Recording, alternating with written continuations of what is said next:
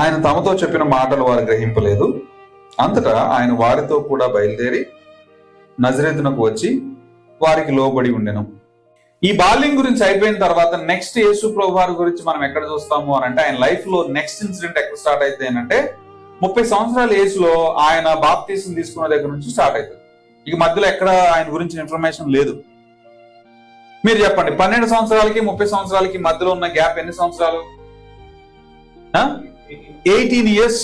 51వ వచనంలో యేసు ప్రభు వారి యొక్క 18 సంవత్సరాల జీవితానికి, 18 సంవత్సరాల యవ్వన జీవితానికి పరిశుద్ధాత్మ దేవుడిచ్చిన టైటిల్ ఏంటో తెలుసా? 18 సంవత్సరాల జీవితాన్ని సమరైజ్ చేసి ఒక్క వర్డ్ లో చెప్పినటువంటిది ఏంటంటే లోబడి ఉన్నాడు అంతే. యేసు ప్రభు వారు శాస్త్రులతో, పరిసయ్యులతో, బోధకులతో కూర్చొని వాళ్ళని విస్మయానికి గురి చేసినటువంటి వాడు, చాలా జ్ఞానం కలిగినటువంటి వాడు. వాళ్ళ అమ్మ నాన్ని నాకు జ్ఞానం ఉంది కదా అని చులకనగా చూడలేదు. కొన్నిసార్లు యంగేజ్కి వచ్చిన తర్వాత చదువుకోని తల్లిదండ్రులను మనం ఎంత చీప్ గా చూస్తామో తెలుసా? వాళ్ళ మాట వినవసలు మనం.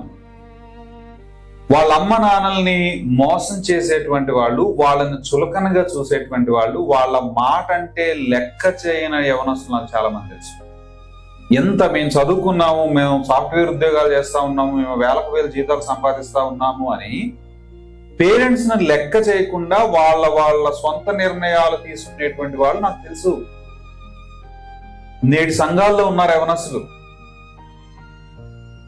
ఇలాంటి యవనస్తులకి యేసు ప్రభు వారు నేర్పించేటువంటి మోడల్ ఏంటో తెలుసా? 18 ఇయర్స్ ఆఫ్ హిజ్ ఏజ్ యేసు ప్రభు వారే వాళ్ళ అమ్మ నాన్నకి లోబడి జీవించారు.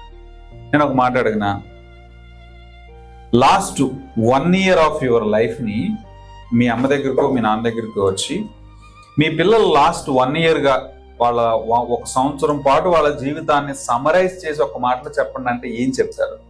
మీరే చెప్పండి. లాస్ట్ 1 వీక్ మీ లైఫ్ మొత్తాన్ని క్లుప్తంగా ఒక్క మాటలో చెప్పాలంటే ఏమని మీకు మీరే టైటిల్ ఇచ్చుకుంటారు? ఒక్క మాటలో చెప్పండి. 18 ఇయర్స్ ఆఫ్ ఏజ్. అసలు నాకు ఈ విషయం దేవుడు నాకు నేర్పించినాక నాకు ఫ్యూజులు ఎగిరిపోయినాయి. ఏంటా జీవితం? యేసు ప్రభు వారిది లోబడి జీవించి పరిశుద్ధాత్మ దేవుడు ఆ మాట రాయడానికి ఇష్టపడ్డాడు.